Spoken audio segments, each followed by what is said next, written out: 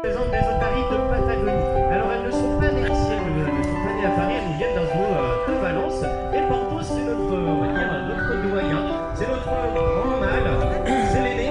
Il a 8 ans, il fait à peu près 250 kg. Vous allez pouvoir, voilà, on va essayer de l'observer. Observez la taille de notre animal. Alors 8 ans, c'est déjà un bel animal. Mais ici, pour cette espèce d'otarie de Patagonie, le mâle, pour cette espèce, il a un jour de naissance. Soit il sera un adulte, on peut dire jusqu'à 4 ans. C'est assez impressionnant pour cette espèce. Donc si vous voyez voilà, les grosses otaries en dessous, ça va être souvent nos aujourd'hui, on va se faire à travailler avec nous.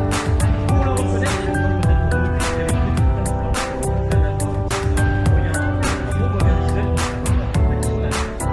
alors aujourd'hui, je vois qu'il y a beaucoup d'enfants. On va essayer de vous expliquer aussi un petit peu le quotidien des soigneurs avec les animaux. On va à la fois en apprendre des informations qu'ils font au quotidien avec les animaux. Alors vous voyez justement le soigneur Romain qui commence tout un tas de drôles de gestes avec Porthos. En fait, il va effectuer devant nous ce qu'on appelle un check-up. Ça fait partie de l'entraînement médical. Alors peut-être que certains d'entre vous à la maison ont des animaux de compagnie, parfois il faut l'emmener chez le vétérinaire. Et parfois notre animal, il n'a pas forcément envie d'aller chez le vétérinaire, ça peut lui faire peur, il y a du transport, il y a du matériel médical, tout ça, ça peut impressionner un animal.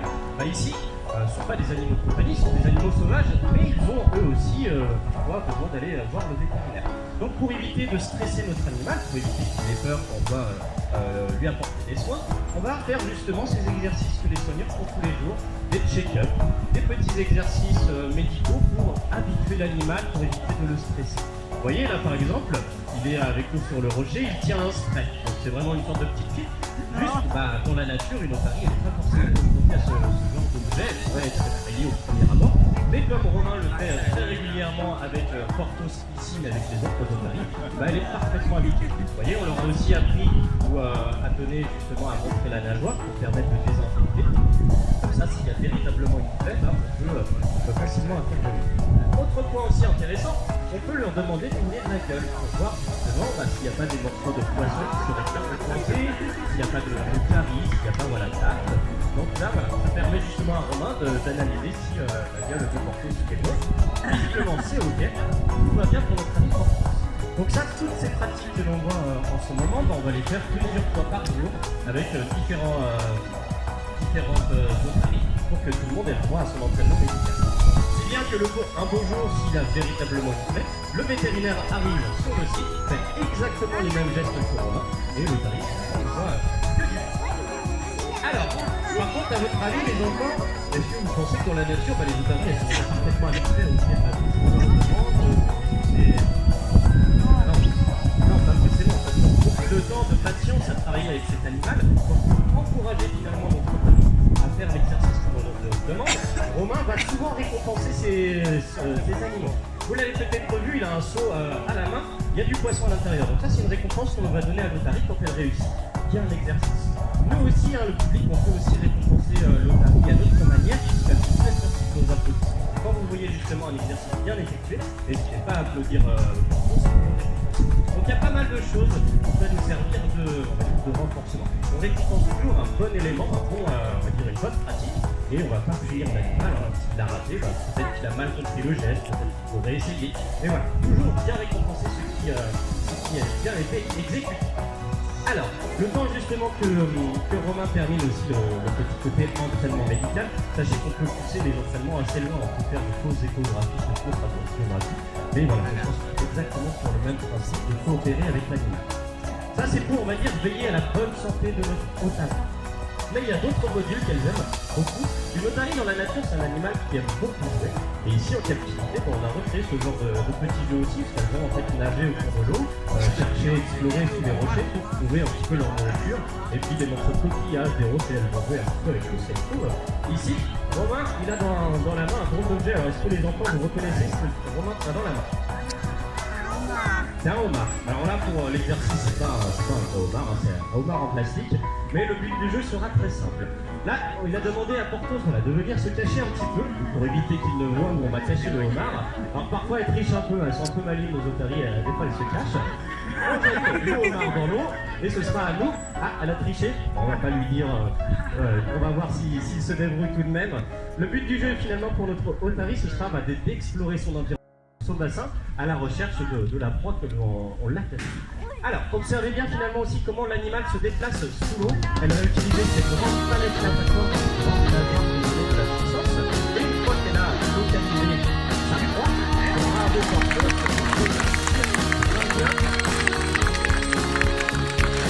Une fois qu'elle a localisé sa proie, c'est le dernier message sur la tête des petits qui va permettre finalement de terminer le périmètre de sa proche. Et le seul finalement influenceur qui est à la disposition, n'a pas de besoin pour attraper des choses, c'est ça. On a très bien vu justement comment elle va manipuler. Alors les enfants, j'ai une petite question à vous poser. Est-ce que le Otari, qui nage pas très bien dans l'eau, est-ce que le Otari c'est pas un poisson? Ah, c'est un peu mitigé. Alors les poissons, souvent ils vont avoir des branchies pour respirer sous l'eau.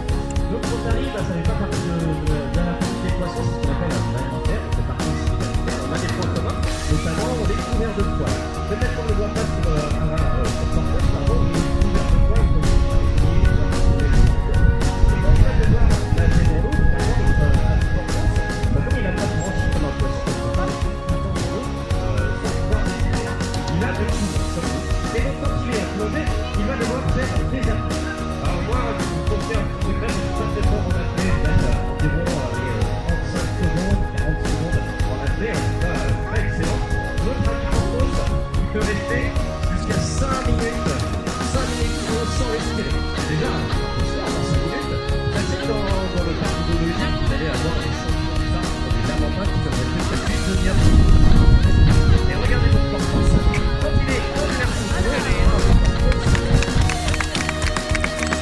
vous avez vu, quand il est en plongée, il est obligé de verrouiller sa truffe, l'air de passe pas du tout. Là, il va alors dans la nature, souvent, ils peuvent parfois sauter hors de l'eau, ça va leur permettre de regarder aussi les alentours, voir s'il n'y a pas de danger proche. Et pendant le saut, ça leur permet aussi de reprendre leur respiration. Donc il y a pas mal de choses comme ça que l'on peut observer dans la nature. Alors, autre question aussi pour toute notre assemblée. On confond souvent les otaries avec un animal. Avec quel animal on confond les otaries? Avec les phoques. Donc là, justement, Portos va nous servir d'exemple pour essayer de comprendre la dynamique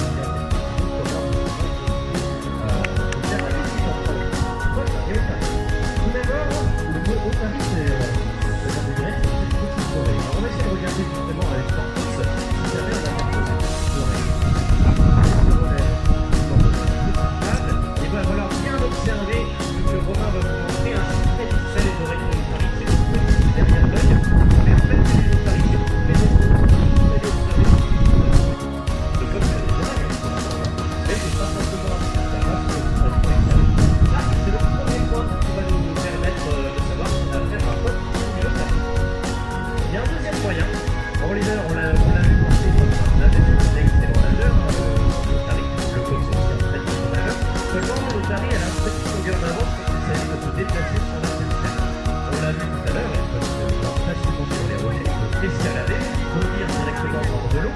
Et vous voyez, tous ces moyens de déplacement, c'est grâce à ces grandes palettes natatoires dont on a parlé précédemment, c'est une grande nageoire qui va lui permettre d'aller tirer sur les rochers. Alors comme il a des petites nageoires, donc quand il va se déplacer, il va remplir un peu sur le vent, il va pouvoir se ramper comme vient de faire notre ami Portos. Et dans la nature, ces animaux vivent sur les côtes rocheuses de Patagonie et parfois pour rejoindre l'océan pour aller chasser, ils peuvent directement plonger. On va regarder si Portos, ça lui fait peur de plonger. Est-ce que vous voulez voir un plongeon de Portos? Oui.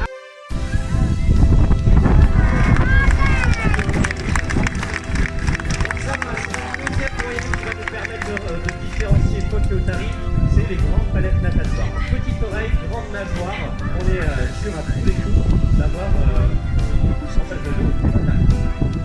Alors là c'est très bien, là on apprend pas mal de choses avec notre ami Portos, mais c'est une année un petit peu particulière pour le parc zoologique, peut-être que vous êtes au courant, peut-être pas. C'est les 5 ans de la réouverture. En fait, le parc zoologique a fermé de longues années pour être totalement rénové. Et là, pour l'anniversaire des 5 ans, on a décidé d'inviter des nouvelles espèces, une espèce par zone. Et donc en février, pendant les vacances de février, on a eu des petits nouveaux ici dans notre bassin. Et on va vous demander d'accueillir le mastodonte. Vraiment, là, vous allez voir, c'est très impressionnant. On va accueillir ensemble Yassi, qui est une petite femelle de notariation accompagnée de Daniel. Bonjour Daniel, bonjour Yassi. Alors, vous avez vu la taille, hein, vous avez dit, c'est assez impressionnant.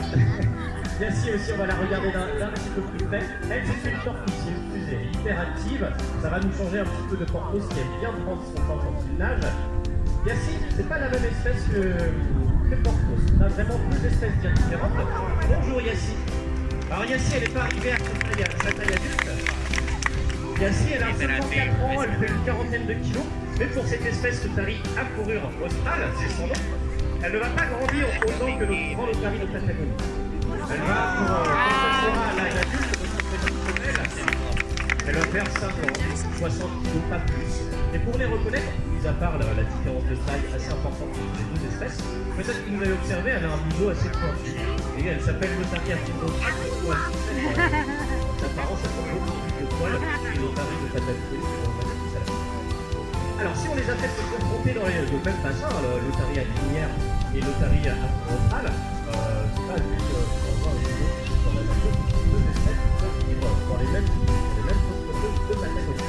Et elles peuvent vivre en très grand nombre. Elles peuvent retrouver des colonies qui peuvent aller jusqu'à une centaine d'altitude, donc on fait beaucoup d'otaries. Et quand on est si nombreux sur un si petit espace, il faut savoir s'entendre, il faut savoir communiquer.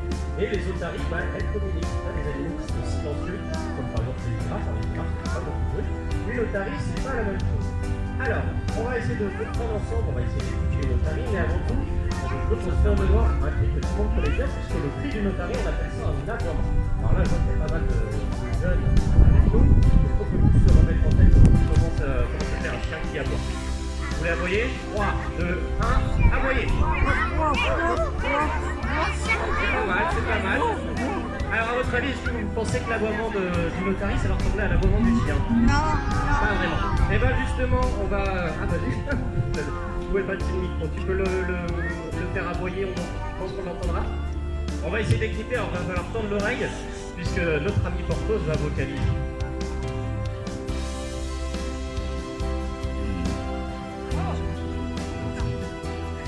On va peut-être avoir un peu plus, voilà, d'aisance. Vous l'entendez? Alors c'est pas aussi mélodieux que certains chants d'oiseaux, hein. Bravo Porthos, vous pouvez l'applaudir.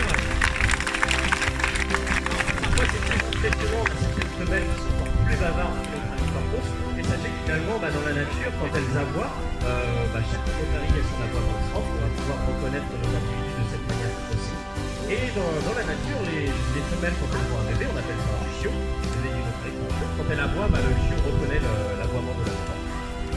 On va pouvoir aussi de cette manière.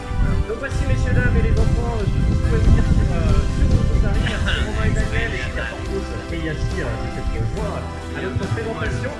Si jamais vous avez des questions, n'hésitez pas à venir me les poser. Et pour les petits retardataires, il y aura une session de rattrapage à 14h30.